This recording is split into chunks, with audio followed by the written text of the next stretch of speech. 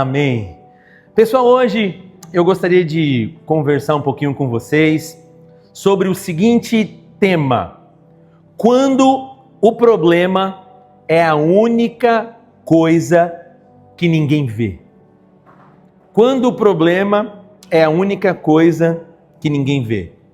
Porque às vezes os maiores problemas da nossa vida a gente acha que está na superficialidade, aqui.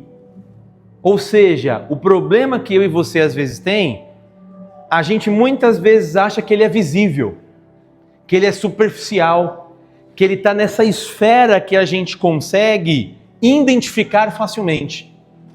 Mas muitas vezes, porque a gente acha que o problema está na superfície, a gente gasta tempo, energia e força tentando resolver esse problema.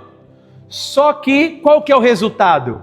O problema daqui a pouco ele volta de novo. Por quê? Porque tratamos a superfície. E quando eu e você tratamos os problemas que aparecem na nossa vida apenas na superfície, a gente trata de uma maneira paliativa. Ou seja, mais cedo ou mais tarde, ele volta a aparecer. Então a gente tem que ver que o problema, às vezes que nós temos que tratar, tem uma fonte, tem uma origem, tem um manancial. E é ali muitas vezes o problema que nós às vezes não identificamos, mas ele começa pequeno e influencia tudo à nossa volta. Só que como influenciou tudo à nossa volta, nós ficamos constantemente tentando apagar incêndios e não percebemos que é na fonte, no manancial, que está gerando todo esse problema.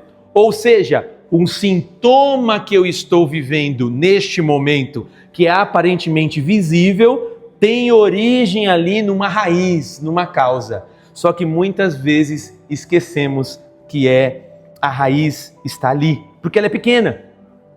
Então, quando eu gostaria de travegar um pouco com os irmãos sobre esse tema, hoje eu gostaria de falar sobre cura. Sobre cura. Não apenas cura física, mas cura da alma, cura espiritual. E gostaria de fazer exposição no Antigo Testamento, no livro de 2 Reis, capítulo de número 2, versículo de número 19. 2 Reis, Antigo Testamento, capítulo 2, versículo de número 19, leremos até o versículo de número 22. Os irmãos que encontrarem, digam glórias a Deus.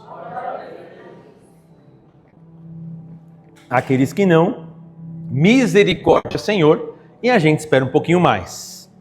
Quem não tiver Bíblia, pega carona com o crente do seu lado. Sempre recomendo que você traga a sua Bíblia física para você fazer as suas anotações, riscar ela. É muito bom você ter essa familiaridade com a Bíblia física, com os textos, muito importante. A Bíblia do celular, ela é legal, só que a Bíblia física, ela vai te dar uma familiaridade com os textos muito melhor, pode ter certeza disso. Aqui também no telão, que você pode estar acompanhando. Diz o texto, subtítulo na versão NVI que eu vou ler: a purificação da água. Alguns homens da cidade foram dizer a Eliseu: como podes ver, esta cidade está bem localizada, mas a água não é boa e a terra é improdutiva. E disse ele: ponham sal numa tigela nova e tragam-na para mim. Quando a levaram, ele foi à nascente e jogou sal e ali disse: assim diz o Senhor, purifiquei esta água, não causará mais mortes, nem deixará a terra improdutiva ou infrutífera. E até hoje a água permanece pura, conforme a palavra de Eliseu. Amém. Curve sua cabeça, feche seus olhos. Vamos fazer a Deus uma oração. Pai, no nome de Jesus, estamos aqui na Tua presença para celebrar ao Senhor com alegria e cânticos espirituais. Que através, Deus, de Sua palavra, nossa vida venha ser transformada e venha ser regenerada através do Teu Espírito Santo. Toca em cada um dos nossos corações que estão aqui, dos Teus filhos e das Tuas filhas, que a Tua cura nesta manhã seja uma realidade.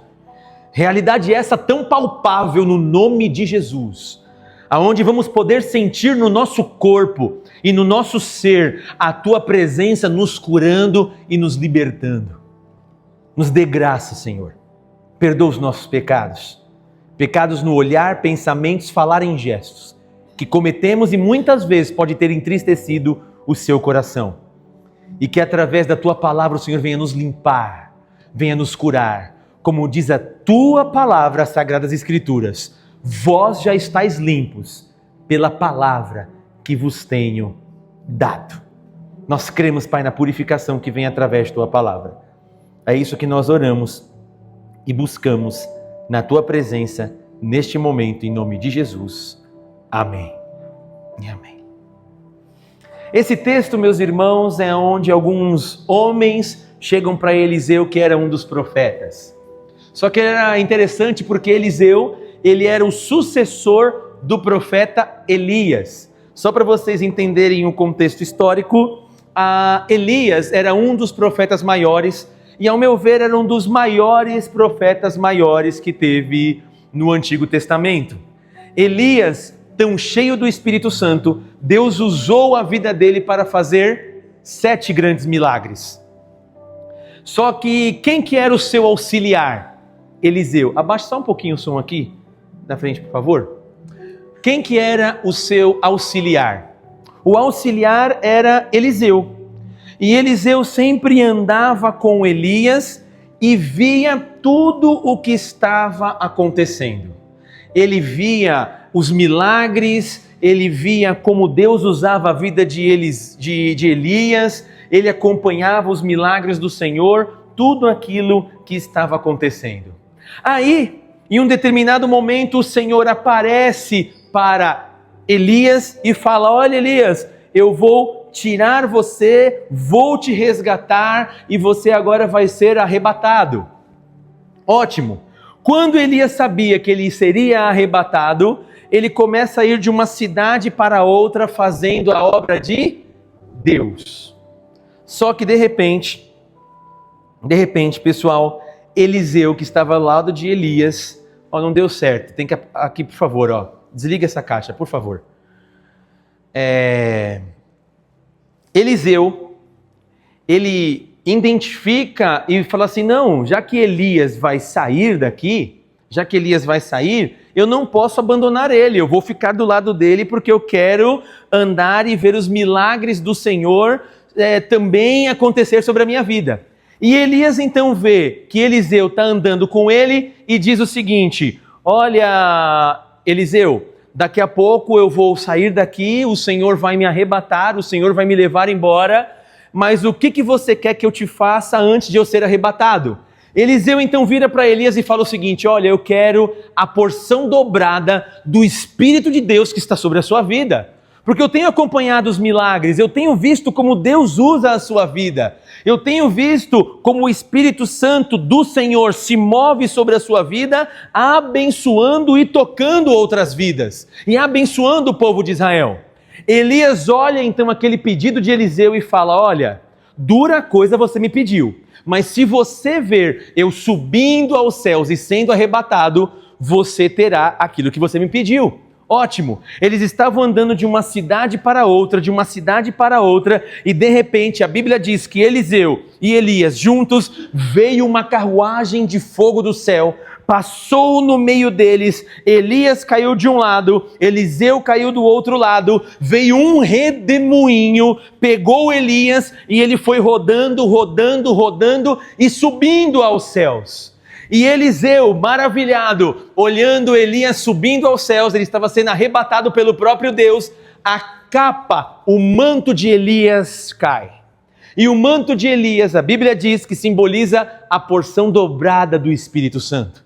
Ao ponto que Eliseu chega, pega o manto de Elias, coloca sobre si, e para vocês entenderem como essa porção dobrada foi sobre a vida de Eliseu, Elias fez 7 grandes milagres, Eliseu fez 14 milagres, através do Espírito de Deus. Aí nesse exato momento, Eliseu tira a sua capa, vai atravessar o Jordão, e na travessia do Jordão ele toca nas águas, as águas se abrem, e todos os outros demais profetas e pessoas olharam ele e falaram assim: nossa, Deus é na sua vida, Eliseu. Deus é na sua vida também. Então, estamos vendo que o espírito profético de Elias está sobre a sua vida. Ótimo. Aí Eliseu vai para onde? Para a cidade de Jericó. Olha que interessante, a cidade de Jericó, quem estava habitando nela? Já o povo de Deus.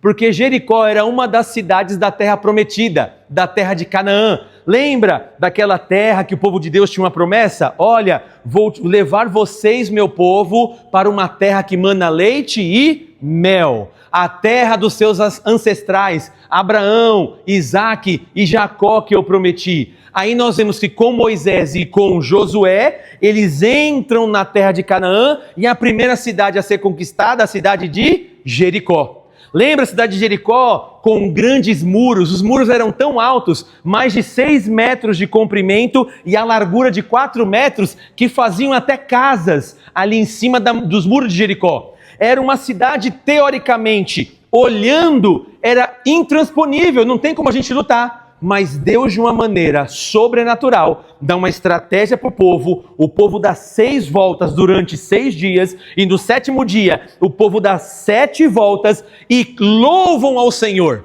cantam ao Senhor, e as muralhas, sem precisar ninguém tocar nelas, vêm abaixo. E o Senhor então entrega Jericó nas mãos do povo de Israel, do povo hebreu. Aí o povo começa a morar naquela cidade, o povo de Deus. Começa a morar. Só que Josué dá uma palavra. Fala: olha, como essa cidade aqui aconteceu muitas coisas, inclusive o pecado de Acã que estava aqui. Maldito seja aquele que reconstruir essa cidade.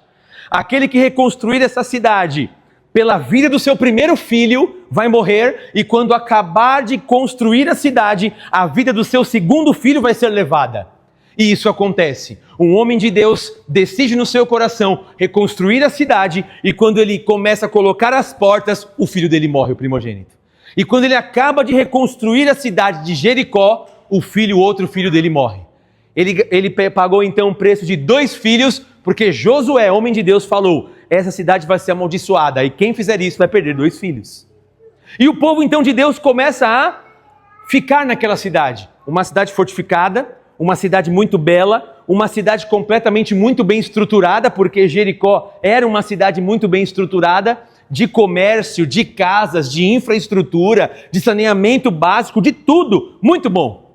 E nesse contexto de uma aparência muito boa, de construções e edifícios, Eliseu acaba de receber a porção dobrada do Espírito Santo. E começa o seu ministério profético.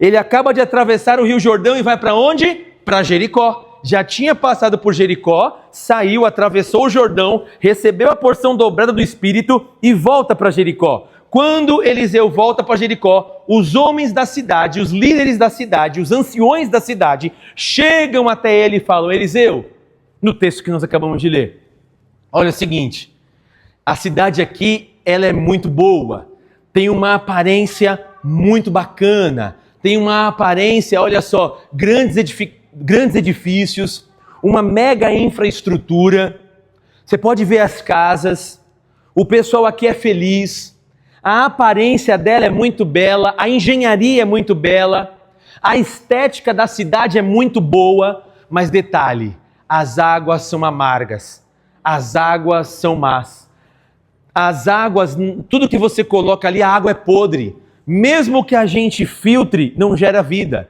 E a água, pessoal, ela é fonte de vida para dentro de uma cidade. Só que tudo que tem aqui, embora muito belo esteticamente, as águas, aquilo que gera vida, estava podre. Tudo parecia bom, mas nada estava bem. E às vezes nossa vida é assim. Tudo parece bom, mas nada está bem. A aparência é bacana, a estética é bacana, só que aquela cidade de Jericó estava doente.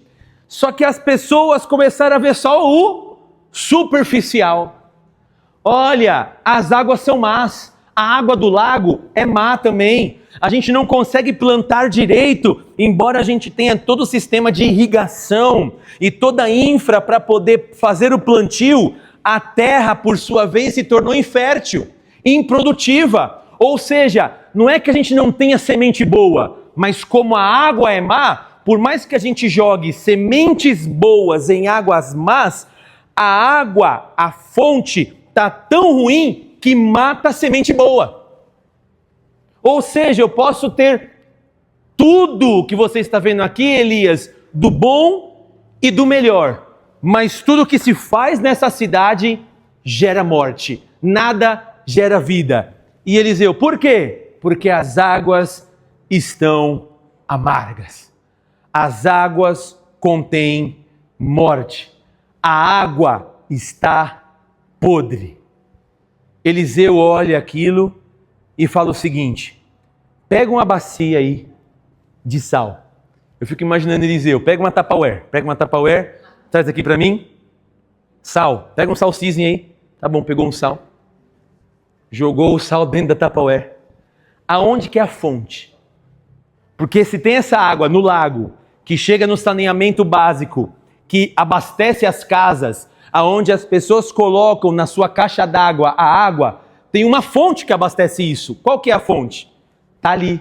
Eles saem um pouco fora da cidade e chegam na pequena fonte onde abastecia toda a água. Eliseu então pega aquela bacia cheia de sal, joga na fonte e fala o seguinte: assim diz o Senhor. A partir de hoje, as águas estão purificadas. A partir de hoje, terá cura. A partir de hoje, a história dessa cidade vai mudar. E a Bíblia diz que quando ele fez isso, assim diz o Senhor, a fonte que gerava água podre começou a gerar água potável. E o que começou a acontecer com o lago? Água potável. Abastecimento das casas, água potável. O que começou a acontecer com a água que a galera tomava? Água potável. Começou a gerar novamente vida, porque a fonte foi curada. Muitos começam a olhar e tentar resolver o problema superficialmente, esquecendo que às vezes o problema está na fonte. É a fonte que é a raiz e é onde Deus vem tratar. Por quê? Deus não vem tratar o visível, aquilo que a gente está vendo. Ele trata o que sustenta o visível. Se eu estou vivendo isso hoje e pareço que eu vivo um inferno na terra, uma vida insalubre, uma vida sem gosto, uma vida aparentemente de aparência, de estética, mas eu não vou na fonte. Por mais que é belo por fora, em mim gera morte. Por mais que as sementes que venham em mim sejam boas, eu vou gerar morte. E Deus está mostrando o seguinte: olha, tudo isso que você está, às vezes, vivendo, povo de Deus, na cidade de Jericó, o visível, eu não vou tratar o visível. Eu vou tratar o que está sustentando esse visível. Porque se você está vivendo da forma que vocês estão vivendo hoje, o problema não está nisso que está à sua volta. Está na fonte que você não está observando. Está na fonte. É onde você não quer tocar. É aonde que fica escondido. É aonde que às vezes não gera volume de coisas. O lago é grande, o rio é grande, a caixa d'água é grande, mas a fonte às vezes é pequena que vai abastecendo.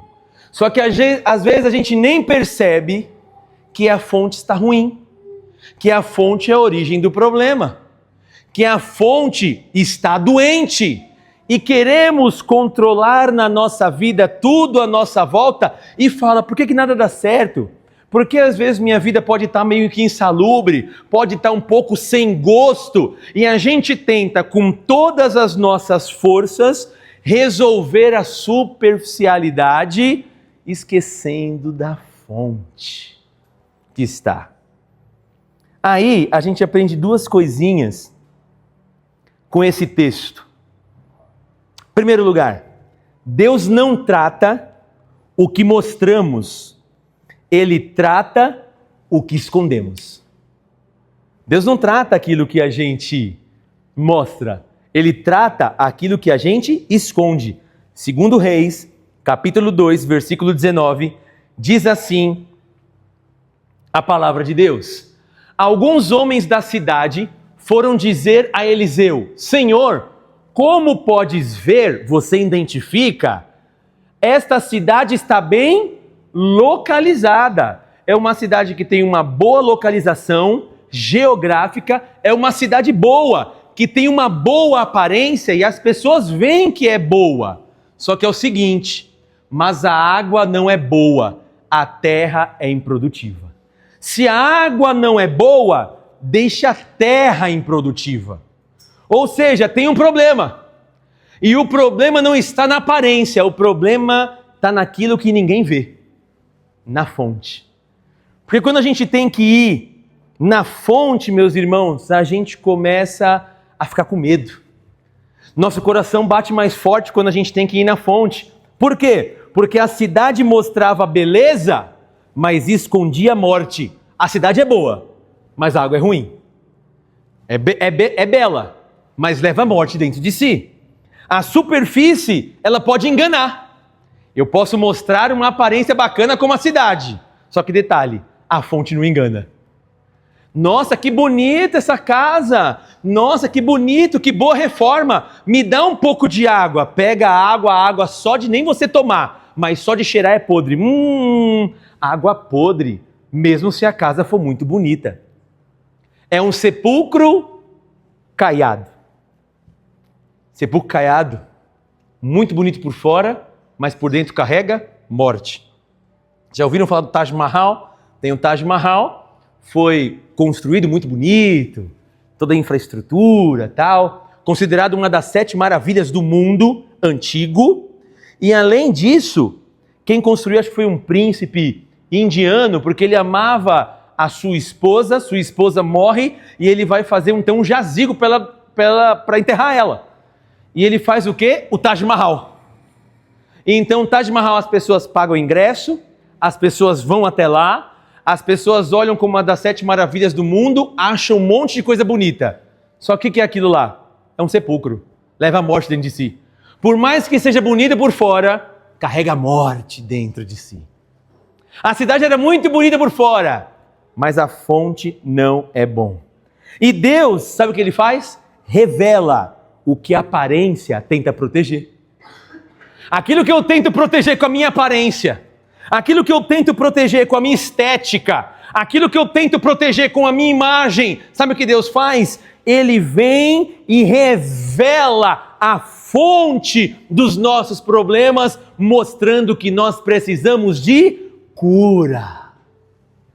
Porque às vezes a gente pensa que a cura do Senhor, a restauração do Senhor vai vir sobre aquilo que está visível, estou vendo. Não, Deus fala, não, o problema não é esse, isso daí é apenas um sintoma. A fonte tem uma raiz dentro de você, tem uma raiz que você não está percebendo, tem algo que você não está dando a devida atenção, e isso está gerando todas essas complicações na sua vida. Por quê? Porque você tenta resolver essas complicações esquecendo-te da fonte do problema. Mas para mexer na fonte eu tenho que me movimentar e encarar ela. E muitas vezes a gente não quer encarar a fonte do problema, pessoal. Fale para a pessoa que está do seu lado, você consegue encarar os seus problemas? Ou tem medo deles? Porque, às vezes, o medo vem dentro do nosso coração, a gente não quer. Para quê? Sabe por quê? Ah, mas se eu for, não vai dar bom. Mas se eu for, vai piorar a nossa mente. Mas se eu for falar, vai piorar. Ah, mas se eu for fazer isso, vai ser terrível. Ah, mas se eu for... A gente fica no campo das ideias, no campo imaginário, e continuamos doente tentando resolver os sintomas, ao invés de irmos na fonte. Mas na fonte ela vai gerar desconforto. Na fonte que está podre vai cheirar mal. Na fonte vai feder. Mas é ali que é para Jesus curar. É na fonte. Jericó ele tentava mostrar o que era belo, a paisagem, toda a estrutura, toda a história que eles tinham, e Jericó aparentemente parece que pode ser muitas pessoas que querem construir uma imagem de estabilidade, mas podem carregar às vezes uma série de coisas dentro de si, como traumas antigos, culpas internas, amarguras, vícios emocionais, históricos familiares não resolvidos, pecados secretos, uma série de coisas que eu, Renato, tento esconder. Mas quero mostrar uma aparente boa. Mas Jesus fala, eu quero tratar a fonte. Se você está vivendo isso hoje, eu quero tratar a fonte para te dar vida, vida com abundância, uma vida que vale a pena ser vivida. Não viva de aparência. E quando Deus vai tratar a fonte, sabe o que é a fonte muitas vezes? Nosso coração. Só que a gente não quer dar um mergulho dentro de nós mesmos. Porque se a gente dá um mergulho dentro de nós mesmos, perceberemos que estamos vivendo o que estamos vivendo por nossa própria culpa. Pela nossa própria culpa. Ah, eu vivo isso. O culpado é o outro, é a superfície, é a situação. Não. Sou eu mesmo.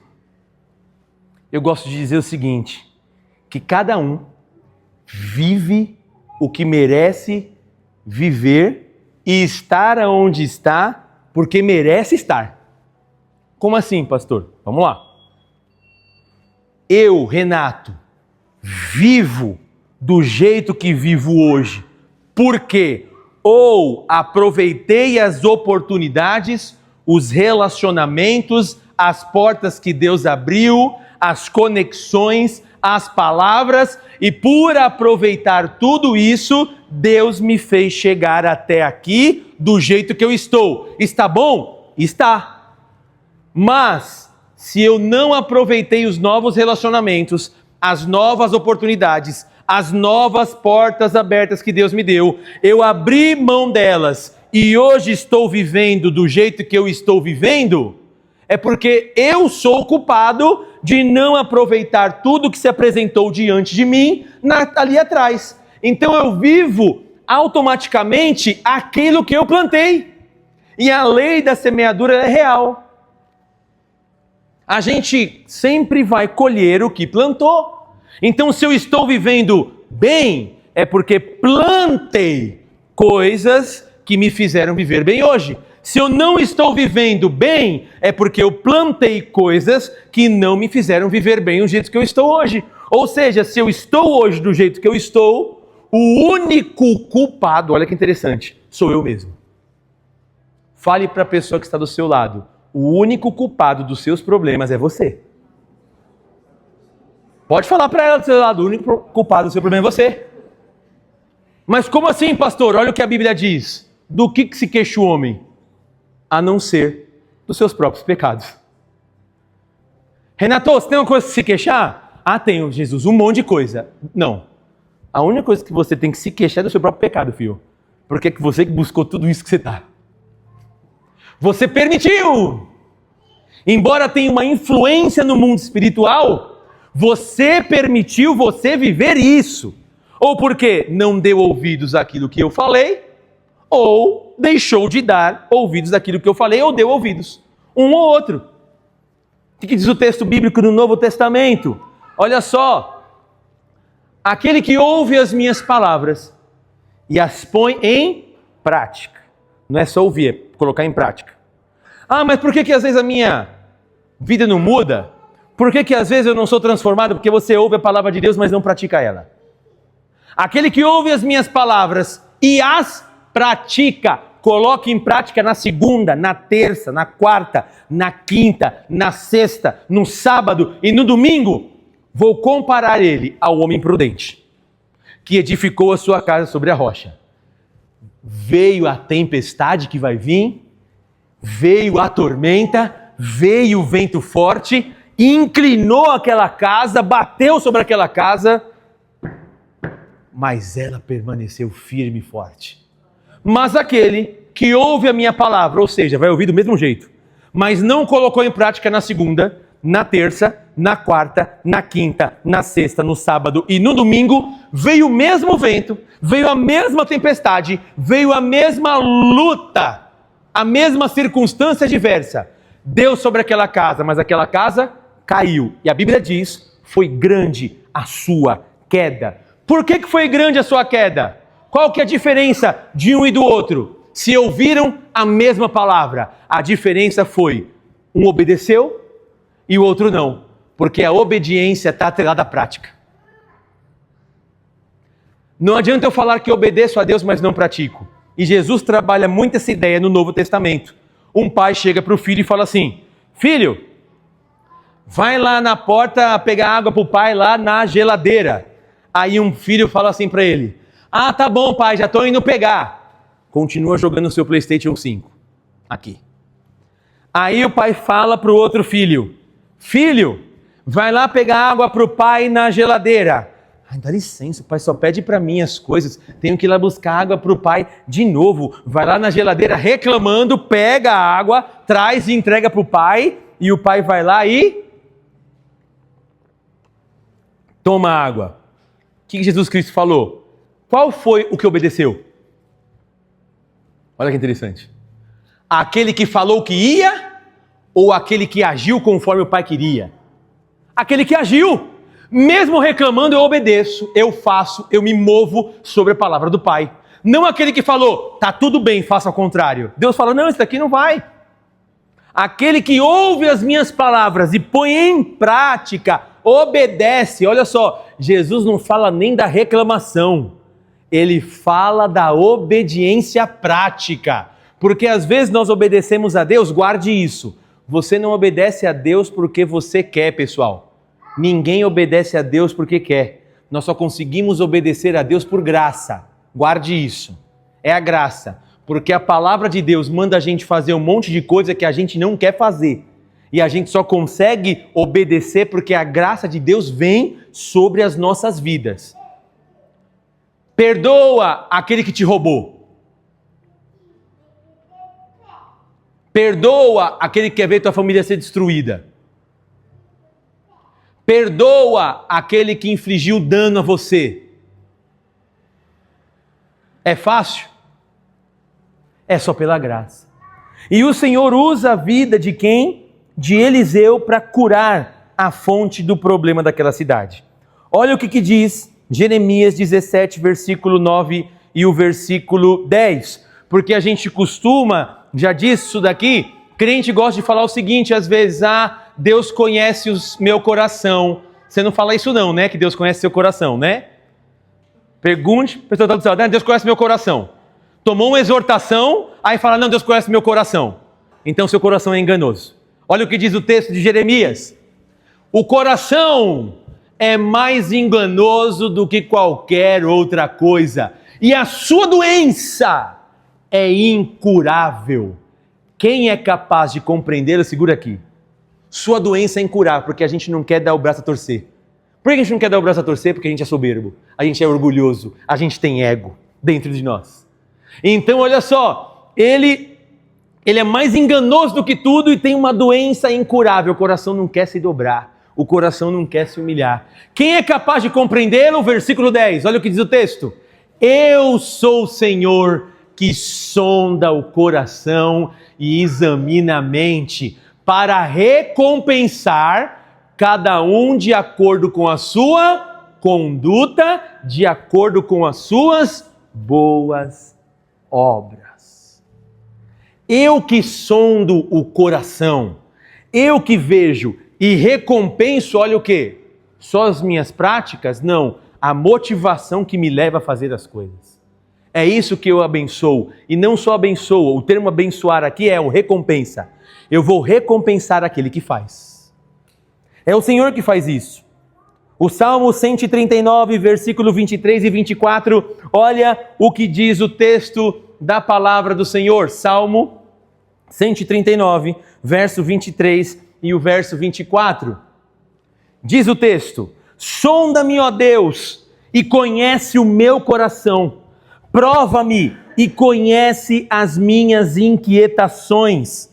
Vê se em minha conduta algo te ofende e dirige-me pelo caminho eterno.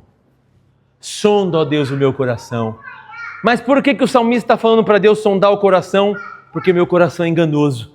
O meu coração às vezes vai ficar cheio de razão, mas esse coração cheio de razão, às vezes me impede de viver a cura de Deus.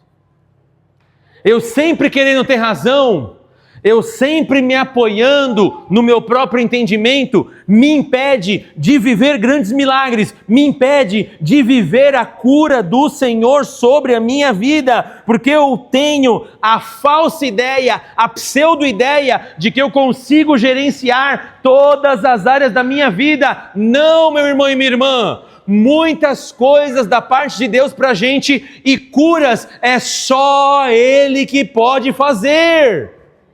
É só Jesus.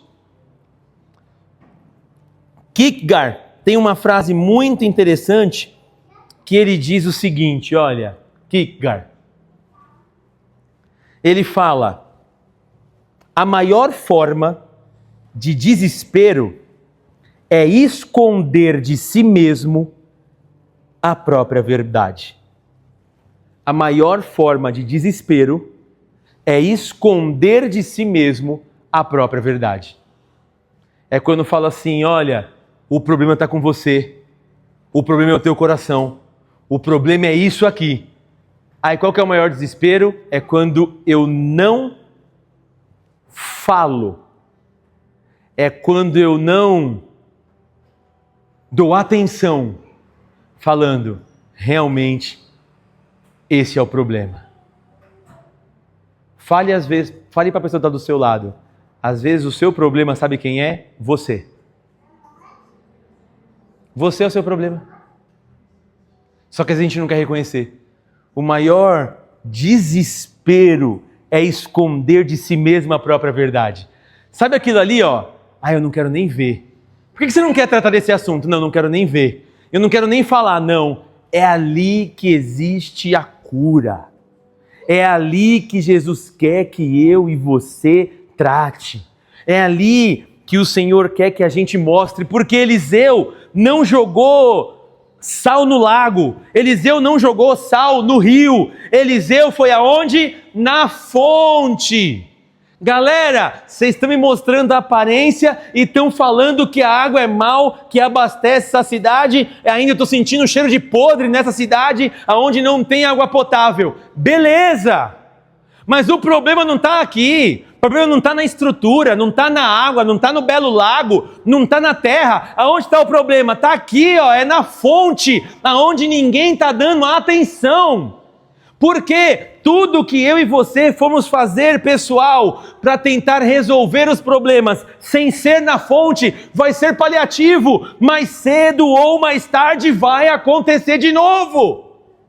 Só que a gente tem o desespero e porque a gente quer esconder de nós mesmos a verdade, porque é difícil encarar o problema. E o que muitas vezes nós queremos fazer para não ter a cura? Eu ponho uma pedra em cima do problema e tento esquecê-lo, pensando que vai resolver, mas isso não resolve, porque a pedra que está em cima do problema faz aquilo ali gangrenar, vai ficando podre, vai se alastrando, e quando eu chego para tirar a pedra, vejo que o problema está maior do que aquilo que eu vi. Aí Eliseu vai aonde? Na fonte. A cura está na fonte. Aí a gente aprende a segunda coisa com esse texto. Deus age aonde ninguém tem coragem de tocar. Deus age aonde ninguém tem coragem de tocar. Sabe aonde você não quer tocar? É aí que Deus quer agir. Fale para o irmão e a irmã do seu lado. Aquilo que você não quer tocar é aonde Deus quer agir. É aonde Deus quer curar. Ah, mas eu não queria. Tá bom. Mas olha que interessante. A cura está nisso. A cura está ali, onde você não quer tocar. A cura está onde você se incomoda. Olha o que diz o texto bíblico de 2 Reis, capítulo 2, versículo 20 ao versículo 22. Diz o texto: E disse ele: Ponham sal numa tigela nova e tragam-na para mim. Quando a levaram, ele foi à nascente, jogou sal ali e disse: Assim diz o Senhor, purifiquei esta água, não causará mais mortes, nem deixará a terra improdutiva e nem infértil. E até hoje a água permanece pura, conforme a palavra de Eliseu. Existe cura. Eu vou na fonte. É nessa fonte que Jesus quer curar. É nessa fonte que não gerará mais morte. É nessa fonte que está apodrecida que o Senhor quer fazer o transbordar dele. E por que Elias coloca sal, pessoal? Por que ele pega uma tigela cheia de sal e coloca ali? Porque o sal, além de ter algumas propriedades, tem algumas alianças no sal que Deus utiliza. Primeira coisa, o que simboliza o sal que Elias joga na fonte? Significa aliança. Levíticos capítulo 2, versículo 13, diz o texto da palavra de Deus: Tempere com sal todas as suas ofertas de cereal.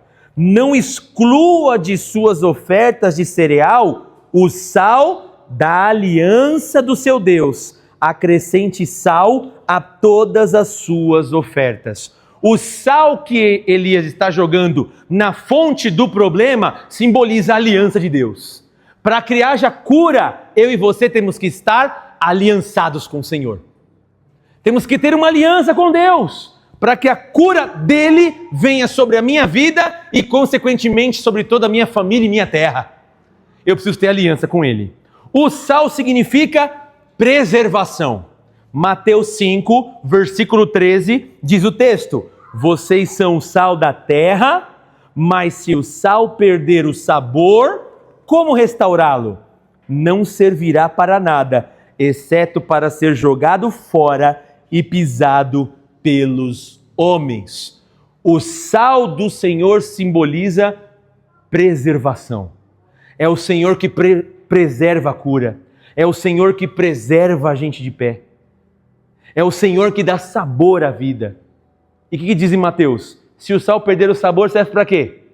Para nada. Para ser jogado na terra e ser pisado pelos homens. O texto continua: se o sal se tornar insípido, sem sabor, perder a sua propriedade de gerar sede, de temperar, de preservar a palavra, se nós perdermos este sabor de Deus em nossas vidas, nós, como os homens e mulheres de Deus, não serviremos mais para nada, a não ser jogado no chão. Por isso que Jesus Cristo disse: vocês são o sal da terra. Vocês têm que preservar a palavra de Deus em vocês. Vocês têm que temperar a vida de outras pessoas com a palavra de Deus. Vocês têm que gerar sede nas outras pessoas para que elas se aproximem de mim. Mas se o sal perder o sabor, nada mais servirá. E o sal que Eliseu jogou ali significa pureza. Aliança, preservação e pureza. Colossenses capítulo 4, versículo 6. O seu falar seja sempre agradável, temperado com sal, para que saibam como responder a cada um. Pureza. O seu falar seja temperado com sal, com luz, com sabor, para que vocês consigam responder a cada um. Fale para a pessoa que está do seu lado: as suas palavras são temperadas, meu irmão? Ou você fala sem pensar? As suas palavras são temperadas com sal, que geram graça aos ouvidos daquele que ouve, que aproximam as pessoas de Deus. Como que estão as suas palavras aí? Eliseu não lança o sal no rio, no lago ou no reservatório, não. Ele vai no manancial. Eliseu vai no lugar onde tudo nasce. É na nascente que influencia tudo. Às vezes é na fonte. Quando ela é curada, nossa família é curada. Quando a fonte é curada, a nossa alma é curada. Se a minha alma é curada, meus relacionamentos são curados.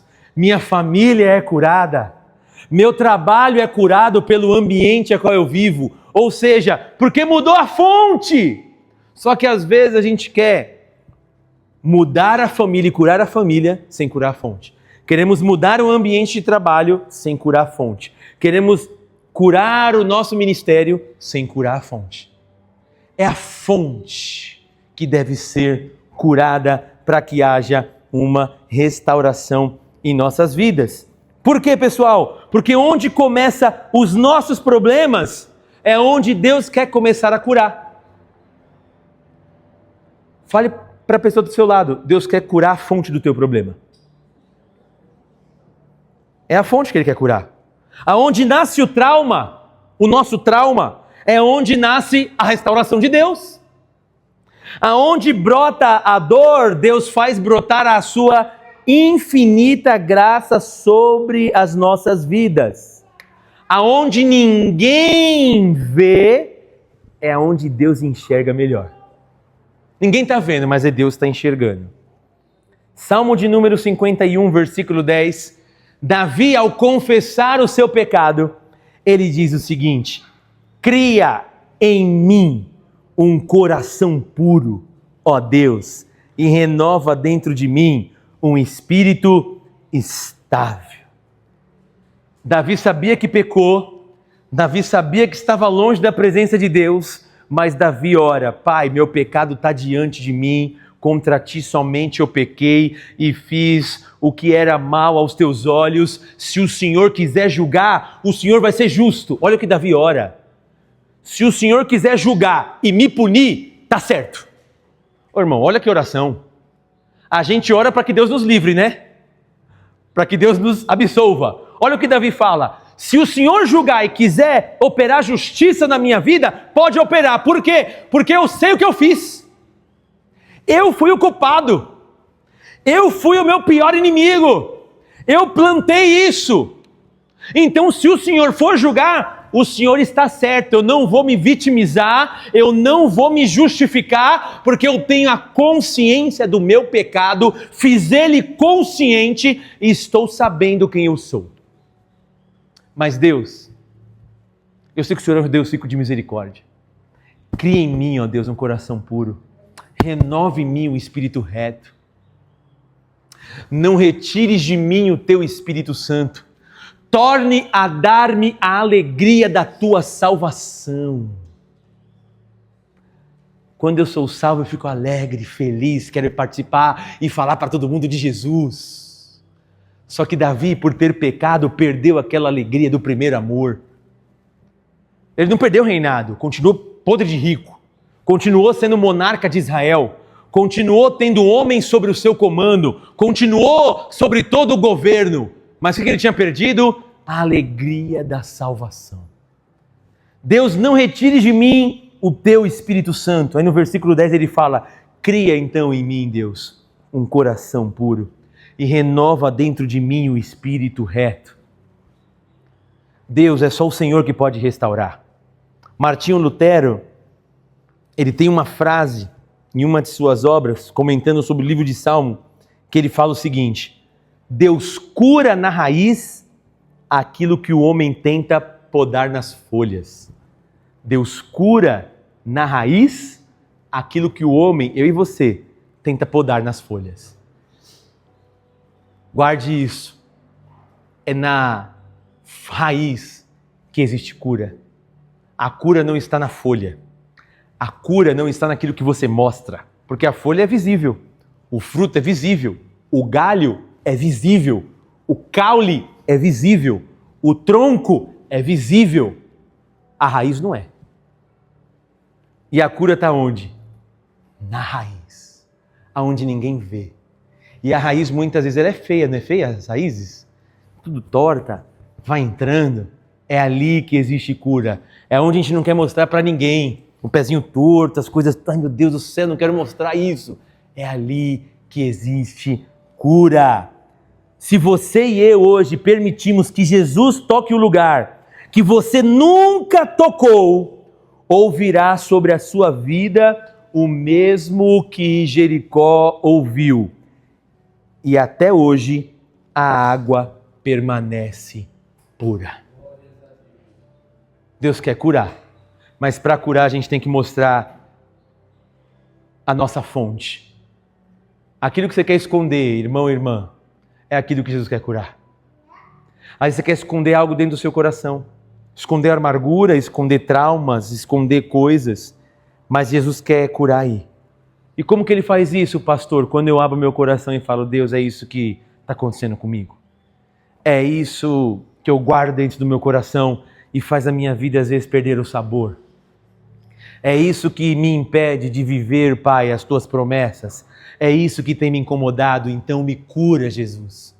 Hoje o Senhor Jesus está aqui para te curar. E eu creio no poder dele para a cura. Então se coloque de pé no nome de Jesus. Nós vamos orar. E vamos buscar a cura do Senhor.